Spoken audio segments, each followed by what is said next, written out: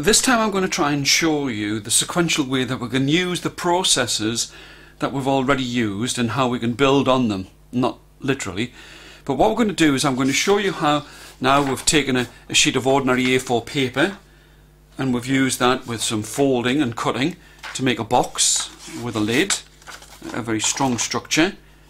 We've used the processes from that to make a house, which is a structure and it represents something. And this time I'm going to show you how we can use different pieces of paper and we're going to make a house, a Tudor house. Now if I was to say to children, I want you to make a Tudor house from nothing, then I think that they would feel quite intimidated by that. But the way that we're going to do it is by using 3 different pre-printed or photocopied sheets of paper. One's going to be the lower floor, another one's going to be the upper floor. This is a photograph taken by my son, and here this is a photograph of some thatching which I've placed on a sheet of paper. I'm going to use these 3 pieces of paper and make a Tudor house. Well, if I was to make one, then that would be a way of illustrating how we've built upon the processes. So here it is. This is going to be the lower floor, and for this we're going to make the box. So in exactly the same way as we've done previously with the house and the box, you fold it in half, and if you make the folds in the same direction that they're going to be actually used, then that tends to make the structure just that little bit stronger. Hopefully, when children have been allowed to experiment with pieces of paper, they'll be able to use these and adapt and adopt these different ideas. So pretty much the same as we've done so far with the box. The only difference being that this time it's printed to represent something. And again, use the ruler to make a hard fold. And here you use the former, fold it over, pull it up. When I was using this with children, the reception class that I was teaching at the time, they had more experience of making boxes than some Year 6 children. So it's not a case of older children being necessarily more manipulating or capable of manipulating paper. It's all about experience. Well, you make the lid in exactly the same way, and this time instead of using a paper clip we're going to staple them. And you don't have to do this, but I would always say make sure that the sharp points of the staple are on the inside of the box. Lay it down, pull it up, place the 3 squares one on top of each other, and again you staple. In many instances this form of staple, a table stapler, they're very good, but for younger hands you can get ones that are I think they're called pistol grip kind of staplers, and they're much easier for young hands to use. Place them on top of each other. Don't have to put 2 staples in, and now you've got the lower floor of the Tudor house. As you can see, this is actually a photograph of some pottery, a pottery Tudor house and ornament. Okay, so now we're going to make the upper floor. And in Tudor times, what happened was the houses were taxed according to the land space that the lower floor was on, which is why they had a smaller lower floor and a bigger upper floor. So, in the same way as we've done before, we're going to use the former, but this time on all 4 edges. Again, pull it up, make a hard fold using the ruler, and at the top and bottom of the piece of paper. Obviously, when you're using the former, then you're actually giving the pieces of paper and the structure exactly the same dimensions so that they match. Remember, nobody's actually going to be living in this Tudor house. It's really just a representation and a chance for the children to build on their skills and their confidence in constructing. Okay, so there you go. This time, same as before, the only difference being we haven't folded the piece of paper in half. You cut from the side until it meets the first fold. from the side till it meets the first fold.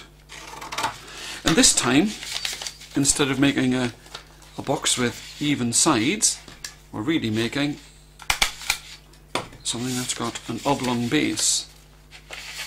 Okay, you can see that you've got the photograph of the Tudor building, and what I've done is, this is a photograph of a house in Cambridge. You could get the children to draw as just as easily as you could get them to use a photocopy. So now you have the lower floor, and now you've made the upper floor of the Tudor house. And to get those two to join together, it would be very easy to hand the glue over to the children, and they'll throw about 4.5 quarts of glue on top. But what you do is you take the box base, just dip it quickly, and you can place the top floor one on top of the other, like that. So now you've made the base and the upper floor of the Tudor house.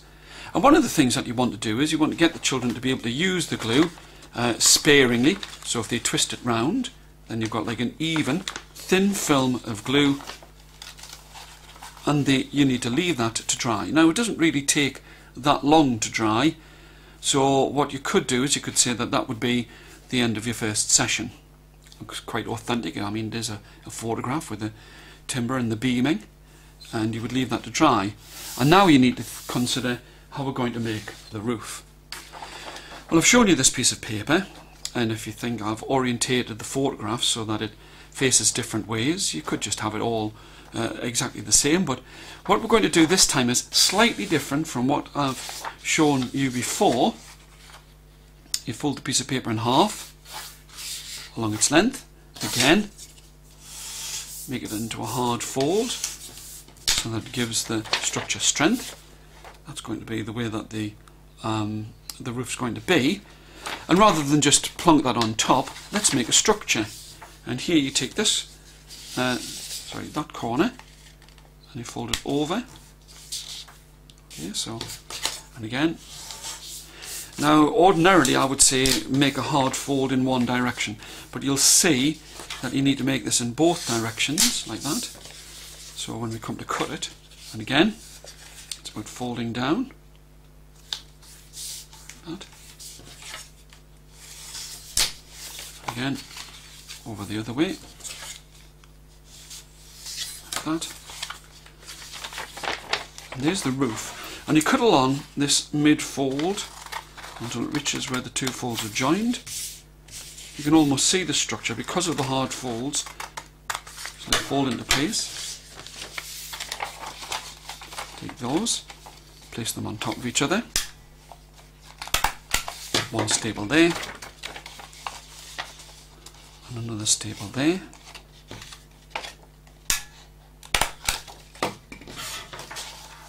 And there's the roof.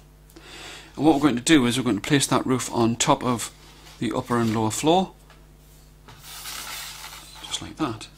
Well, this is one of the difficulties about making a structure, is like, how are you going to attach this to that without using far too much glue? Well, again, if you have the glue laying out and it's just a thin trickle of glue, and even in the short space of time that I've been making the roof, this has started to make a good contact. You dip the structure like that. You don't have to do it like this, it's just for ease of speed. Place it like that. And again, this is teaching the children patience. That thin layer of glue will make sufficient contact to push it down to keep the roof in place. Now, it might not be exactly in proportion.